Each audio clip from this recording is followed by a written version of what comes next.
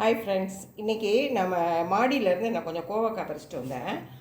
நல்லா நிறைய காய்ச்சிட்டு இருந்தது. இப்போ இந்த வெயில் அதிகரித்தனால என்னன்னு தெரில, அதனுடைய குவான்டிட்டிலாம் கம்மியாயிடுச்சு. இன்றைக்கி ஒரு 7 கோவக்காய் தான் எனக்கு கிடச்சிது. 7 கோவக்காயை பொறிச்சு எப்படி சாப்பிட பத்தாது இல்லையா? அதனால் என்ன பண்ணலான்னு யோசித்தேன். சரி, கோவக்காயை வச்சு ஒரு சட்னி வச்சிடலாம். ஏன்னா தோசைக்கு இட்லிக்கெலாம் சூப்பராக இருக்கும் இந்த சட்னி. ஏன்னா ரொம்ப ஈஸி வேறு. எப்போ பாரு தேங்காய் சட்னி, பொரியலை சட்னி, மல்லி சட்னியை வைக்கிறதுக்கு கம்மியாக இருக்கிற அந்த கோவக்காயை வச்சு ஒரு சட்னி வச்சிடலான்னு நான் யோசனை பண்ணி இந்த கோவக்காயை வச்சுருக்கேன். இந்த கோவக்காய் வந்து நம்ம உடலுக்கு ரொம்ப நல்லதுங்க. மெயினாக அந்த கோவக்காய் வந்து எதுக்குன்னா, இந்த சில பேருக்கு கையிலலாம் இந்த இங்கே விரலில் உள்ளேலாம் பார்த்தீங்கன்னா சொறி, சிரங்கு, அப்புறம் இங்கெல்லாம் அப்படியே படை மாதிரி இருக்கும். அதுக்கெல்லாம் நீங்கள் இதை வந்து நல்லா அரைச்சிட்டு அந்த ஜூஸை எடுத்துகிட்டு அந்த சக்கை இருக்கும் இல்லையா, அந்த சக்கையில் லெமன் போட்டுட்டு இந்த சிரங்குலாம் நீங்கள் தடவுனீங்கன்னா அந்த படை சிரங்கெல்லாம் போயிடும். நீங்கள் ஜூஸு வந்து கொஞ்சம் உப்பு போட்டு குடிச்சிங்கன்னா அது உடலுக்கு ரொம்ப நல்லது. மெயினாக வந்து சொரியாசிஸ், இந்த சொறி சிரங்கு படைக்கு தான் இது வந்து நல்ல வலி, அப்புறம் என்ன சொல்கிறது, அதை நீக்கிறதுக்குரிய சக்தி இதுக்கு ரொம்ப நல்லா இருக்குது. அப்புறம் இந்த கோவக்காயை வந்து நம்ம சிறுநீரில் உள்ள கல்லெல்லாம் போக்குது. நம்ம வந்து இந்த வேலியிலலாம் கிராமத்துலலாம் பார்த்திங்கன்னா வேலியில் இந்த கோவக்காய் வந்து படர்ந்துருக்கும். நாங்கள் குட்டீஸாக இருக்கிறப்ப என்ன செய்யணும்னா, இந்த கோவக்காய் இருக்கு இல்லையா, அது அப்படியே ரெட் ஆயிடும். அப்படி உறிஞ்சு அதை இதை எடுத்துகிட்டு கீழே தூக்குறோம். அவ்வளோ டேஸ்ட்டாக இருக்குங்க. அந்த சின்ன வயசில் நான் எல்லாம் என்னுடைய ஒவ்வொரு வீடியோவில் நான் போடுவேன், சின்ன வயசில் என்னென்னலாம் சாப்பிட்டேன்னு சொல்லி. இந்த மாதிரி நல்ல ஒரு இம்யூனிட்டி ரைஸ் பண்ணுறேன். நம்மளை அறியாமலே வந்து இதுக்கு என்ன வந்து சக்தி இருக்குதுன்னு தெரியாமையே நாங்கள் பாட்டு காட்டு வழியாக இதெல்லாம் தின்னதுனால தான் இன்றைக்கி வந்து ஓரளவு எனர்ஜியாக இருக்குது. ஆனால் இப்போ உள்ள பிள்ளைங்கிட்ட கொடுத்தா கோவக்காயா, இதா அதா வாங்க மம்மின்றாங்க. என்ன செய்ய முடியும் பாருங்கள். சரி மக்களே, நம்ம இன்றைக்கி தோசைக்கு அழகான ஒரு கோவக்காய் சட்னி வைக்கலாம். இந்த கோவக்காயை வந்து என்ன பண்ணணும், நடுவில் 2ஆக கீறிக்கிறணும். கீறி வச்சுட்டு அது கூட சேர்க்குறதுக்கு வந்து நான் என்ன பண்ணியிருக்கேன்னா, ஒரு தக்காளி எடுத்து வச்சுருக்கேன் பாருங்கள். ஒரு தக்காளி, அப்புறம் வந்து 4 வரமிளகா, ஒரு சின்ன இஞ்சி துண்டு, கொஞ்சோண்டு உளுந்து. ஏன் உளுந்து போடான்னா கொஞ்சம் திக்னஸ் இருக்கும். கொஞ்சம் உளுந்து, அப்புறம் சின்ன வெங்காயம் வச்சுருக்கேன், பூண்டு. இது எல்லாத்தையும் நம்ம வந்து என்ன செய்யணுன்னா, வடைச்சட்டியில் எண்ணெய் ஊற்றி எல்லாம் வதக்கிட்டு நம்ம அப்படியே மிக்சியில் ஒரு அடி அடிச்சுட்டு இப்போ தோசைக்கு நம்ம என்ன பண்ண போகிறோம், சட்னி பண்ண போகிறோம். வாங்க மக்களே, நம்ம எப்படி சட்னி பண்ணி எப்படி சாப்பிட்லான்னு பார்க்கலாம் வாங்க. இப்போ நம்ம சட்டி காய வச்சுட்டு, ஆல் டைம் ஃபேவரேட்டு செக்கு நல்லெண்ணெய் ஊற்றிக்கலாம். ஊற்றிட்டு இது எண்ணெய் காயணும். எண்ணெய் காய்ச்ச உடனே நம்ம வந்து கட் பண்ணி வச்ச எல்லாத்தையும் 1 by 1 போட்டு வளர்க்க வேண்டியதான். இப்போ கோவக்காய் என்ன பண்ணியிருக்கேங்க பார்த்தீங்களா, இப்படி ரெண்டு ரெண்டாக கட் பண்ணி வச்சுட்டேன். முழுசாக போட்டால் கொஞ்சம் வேகிறதுக்கு லேட் ஆகும். அதனால் நேராக கீறி 2 ரெண்டாக இப்படி வந்து கீறி வச்சுக்கிறோம். இப்போ ஃபஸ்ட்டு நம்ம வந்து என்ன பண்ணலாம், உளுந்து போடலாம். உளுந்தை கொஞ்சம் கழுவி வச்சுக்கோங்க.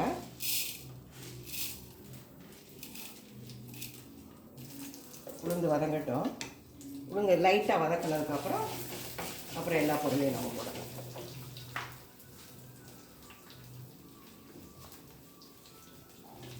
உளுந்து கொஞ்சம் செவக்க வதக்கணும்.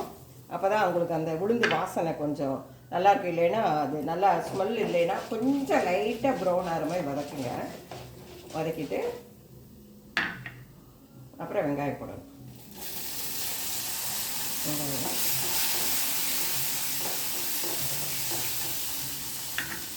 அப்புறம் வத்தல். நம்ம ஒன்றுனா நம்ம நினைக்கலாம் என்ன எல்லாத்தையும் தான் வதக்க போகிறோம், மொத்தமாக வதக்கலான்னு. ஆனால் அப்படி பண்ணக்கூடாது. 1 by 1 போட்டு இது வதக்கிடணும்.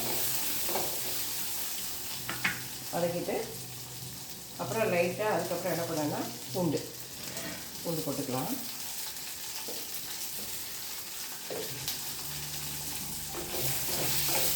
பூண்டு அந்த வெங்காயம் இதெல்லாம் வதக்குறப்ப பயங்கர ஸ்மெல் வருது பாருங்கள். நல்லாயிருக்கு, ப்ளசண்ட்டாக இருக்குது.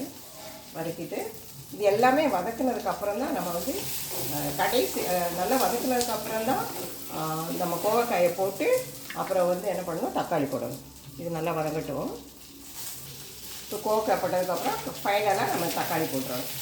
ஃபஸ்ட்டே தக்காளி போட்டோம்னா அந்த வத்தல் அப்புறம் வந்து அந்த உளுந்து இதெல்லாம் வந்து சரியாக வறுபடாது. அதனால் ஃபைனலாக நம்ம வந்து தக்காளி போட்டு வதக்கணும். வதக்கிட்டு நல்லா வதங்குது.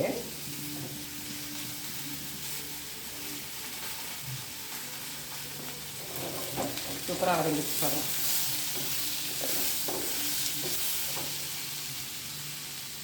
இப்போ ஃபைனலாக நம்ம இந்த நறுக்கி வச்ச இஞ்சி இருக்குது பார்த்தீங்களா, ஒரு சின்ன துண்டு தான், அதை முழுசாக போட்டோம்னா அரைப்படாது.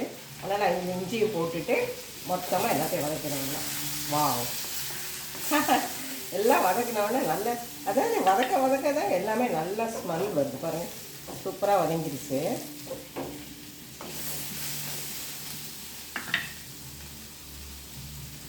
நல்லா வதங்கட்டும்.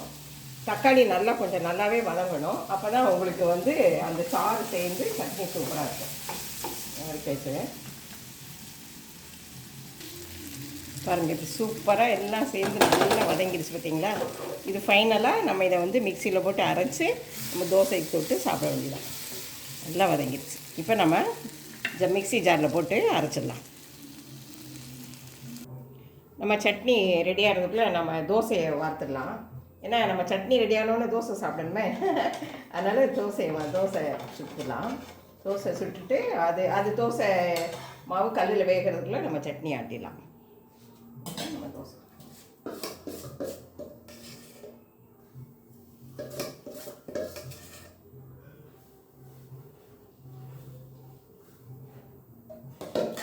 வேகட்டும்.